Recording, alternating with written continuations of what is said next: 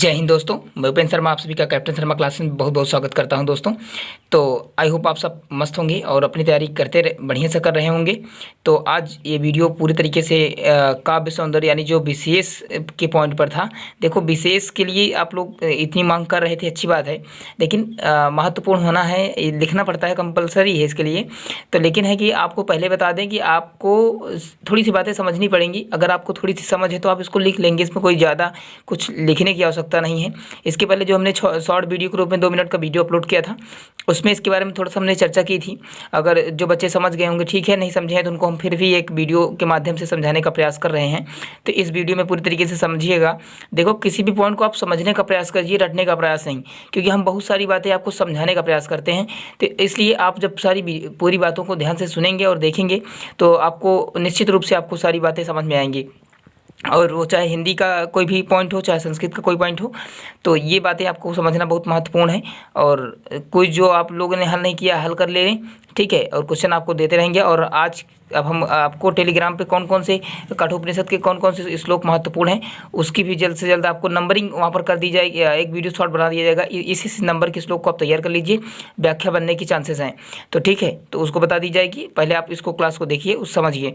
देखो, अगर हम बात थोड़ी सी करें तो सिंपल सी, तो अगर हम बात करें आपको, तो डेफिनेटली आप समझें, जो विशेष होता है, विशेष को ही क्या कहा जाता है? काव्य सौंदर्य कहा जाता है। चाहे आप हेडिंग में काव्य सौंदर्य लिख लें या फिर चाहे विशेष लिख लें, कोई इसमें कोई दोहरा नहीं है। तो आपको सबसे पहले आप तो ये हमने एक पंक्ति यहाँ पर सेलेक्ट की है, आपकी कबीरदास की है, ठीक है। तो मतलब आपको ऐसे आप तो व्याख्या करेंगे, क्योंकि इसको नीचे लिखना है सबसे ज़्यादा। आप पहले लिखेंगे संदर्भ, उसके बाद प्रसंग, उसके बाद व्याख्या करेंगे। व्याख्या करने के पश्चात उसके आपको क्या लिखना है? विशेष लिखना है या फिर काव्य सौंदर्य लिखने, बातें वही हैं। अब देखो, काव्य सौंदर्य होता क्या है, लिखना क्यों पड़ता है, इसका विशेष में महत्वपूर्ण क्या है, अब व्याख्या में और संदर्भ प्रसंग व्याख्या करने में इसका कितना ज़्यादा रोल प्ले करता है, इसको हम समझ लेते हैं।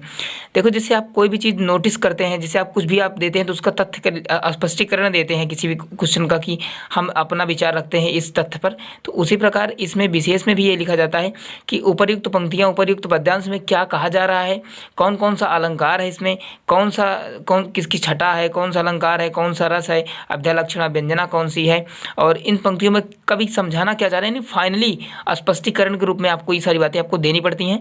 तो इसलिए इनको समझना बहुत महत्वपूर्ण होता है दोस्तों। तो समझ गए बात को। तो काव्य सौंदर्य लिखेंगे कैसे? सबसे पहले काव्य सौंदर्य या विशेष लिखने से पहले आपको 2-3-4 बातों का ध्यान रखना चाहिए। सबसे पहले आपको थोड़ा सा ग्रामर की, जैसे हम बताए, देखो जैसे उनसे टिप्पणी लिखी जाती है ना, उसमें पदों में, मंत्रों में, तो उसी प्रकार यहाँ पर विशेष लिखा जाता है। तो सेम प्रोसेस वैसे है, वैसे वहाँ संस्कृत में या हिंदी में बहरहाल लिखना तो वहाँ भी हिंदी में होता है, लेकिन वहाँ पर संस्कृत व्याकरण का ज्ञान होना चाहिए थोड़ा बहुत। और यहाँ पर आपको जैसे अलंकार, रस, मतलब कि आपको पंक्तियाँ पहचानना और उसका अर्थ निकालना थोड़ा बहुत आना चाहिए, तब बात बनेगी, ठीक है। देखो, जैसे आप हमने एक पंक्ति लिखी है, मतलब आपको शॉर्टकट में लिखी है, समझाने के लिए लिखी है बस केवल। अगर हमको पंक्ति पूरा उसका अनुवाद कराना होता या फिर उसकी व्याख्या बतानी होती तो हम आपको पूरा लेकर के आते, ठीक है।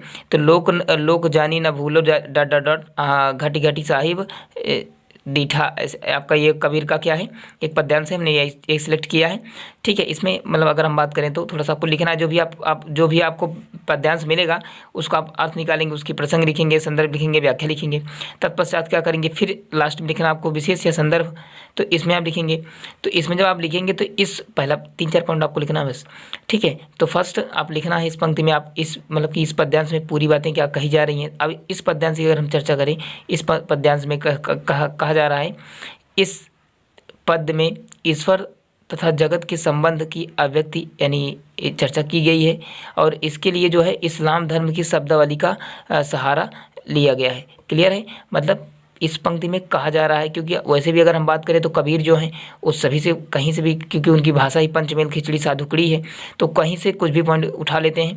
तो इसलिए इस पद में जो है ईश्वर और जगत यानी जो हमारा संसार है, संसार को और ईश्वर को एक दूसरे से संबंध दिखाया गया है, और उसमें कुछ शब्दावलियाँ जो यूज की गई हैं, प्रयोग की गई हैं, वो किससे हैं, किस धर्म से हैं? इस्लाम धर्म की कुछ शब्दावलियों का सहारा लिया गया है। उसके सहारे से जो है हम ईश्वर और जगत के संबंध की जो है व्यक्ति यानी कनेक्ट किया गया है, गया है, जोड़ा गया है एक कबीर के माध्यम से। ये आपका पहला पॉइंट हो गया। दूसरे की बात करें, इसी उपयुक्त पंक्तियों में ही वेदांत का भी प्रभाव परिलक्षित है। मतलब इसमें वेदांत की कुछ बातें भी क्या कही गई हैं, उपयुक्त पंक्तियों में कही गई हैं। ये हो गया। मतलब आपको थीम, इसमें मेन चीज़ जो एकदम मतलब केंद्र बिंदु है, उसी को आपको जो है इसमें छांट करके लिखना है। ठीक है, तो अब आप ऐसा नहीं है, आप 2 3 4 पॉइंट बहुत है आपके लिए। तो गोस्वामी तुलसीदास ने भी ईश्वर को घट घट वासी मान करके सबसे प्रेम करने का उपदेश किया है। मतलब बाबा गोस्वामी तुलसीदास यही कहते हैं कि ईश्वर हर व्यक्ति में है। तो हर व्यक्ति में आप ईश्वर देखिए और हर व्यक्ति से क्या कीजिए, प्रेम कीजिए। इसके संदर्भ में एक पंक्तियाँ भी लिखी हैं। हाँ, मतलब आप देखो, अगर जैसे आपको उससे रिलेटेड जो अर्थ इस श्लोक में जो अर्थ मतलब कि इस पद्यांश से बताया जा रहा है, इन पंक्तियों में बताया रहा है, अगर आपको उसके रिलेटेड उससे उपयोगी, अगर मान लो आपको कोई और किसी लेखक की पंक्तियाँ याद आ रही हैं ना, तो आप यहाँ पर पॉइंट करके आप उसको क्या कर सकते हैं, उसको कथन के माध्यम से लिख सकते हैं। इससे भी बहुत प्रभाव पड़ता है विशेष वाले पॉइंट में। अब जैसे यहाँ पर हमने सिलेक्ट कर लिया है इस, मतलब कि क्योंकि कबीर भी इसमें भगवान को जगत से जोड़ रहे हैं और इसमें तुलसी बाबा भी कह रहे हैं कि ईश्वर को घट घट वासी, यानी ईश्वर को भी जगत से जोड़ रहे हैं। तो इन्होंने एक पंक्तियाँ लिखी है, इसको हम यहाँ पर ऐड कर दिया है। तो निज प्रभु में देखें जगत का सन करहीं विरोध, तो ये हमने यहाँ पर ऐड कर दिया। तो आप भी इसी प्रकार से किसी दूसरे लेखक की पंक्तियाँ ऐड कर सकते हैं। अगर हम बात करें अलंकार कौन सा है, इसमें क्या है आपका, ठीक है। अब इसमें बात करें अगर, तो अनुप्रास अलंकार है। अगर गुण की बात करें, गुण, प्रसाद, माधुर्य, ओज, तीनों गुण होते हैं। तो इसमें भगवान की भक्ति बात है, तो माधुर्य तो होगा नहीं, ओज तो होगा नहीं, ठीक है, सीधा प्रसाद गुण होगा। तो अगली पॉइंट यहाँ पर बढ़ा सकते हैं कि यहाँ पर कौन सा गुण होगा, प्रसाद गुण होगा। तो इसको भी आप ऐड कर सकते हैं। मतलब 3 4 पॉइंट आप ऐसे ऐड कर देंगे तो आपका विशेष और काव्य सुंदर, मतलब दोनों बातें जो सेम है, ये आपका अच्छे तरीके से बन जाएगा दोस्तों। तो आई होप ये वीडियो आपको इन्फॉर्मेटिव लगा होगा, आपको समझ में आई होंगी चीज़ें और आपको लिखने के लिए महत्वपूर्ण बातें हुई होंगी। तो आई होप अब जो आपका कमेंट है उसको बाद लिखिएगा, ठीक है। और जो पुराने वीडियो हैं जो आप देख रहे हैं, जो भी हमारे भाईजन, उनको विशेष है कि आप लोग पूरी क्लास देखें और जो भी चीज़ें समझ में ना आए उसको पूछ सकते हैं, आप टेलीग्राम से जुड़ जाइए, ठीक है। बाकी आप सब जुड़े रहे, इसके लिए बहुत बहुत धन्यवाद। थोड़ा सा हमें टाइम कम मिल पाता है, इसलिए प्रयास करते हैं कि आपको टाइम समझ देते हैं, लेकिन आप प्रयास करेंगे कि आपको हर चीज़ समझ मिले। तो इसके बाद आपका वीडियो कठोपनिषद के मंत्रों का होने वाला है, जो कि महत्वपूर्ण एग्जाम में आने वाले हैं। हो सकता है इसका वीडियो कल अपलोड हो सकता है या परसों अपलोड हो सकता है। तब चलो मिलते हैं अगले वीडियो में, तब तक के लिए जय हिंद, वंदे मातरम, भारत माता की जय, इंकलाब जिंदाबाद।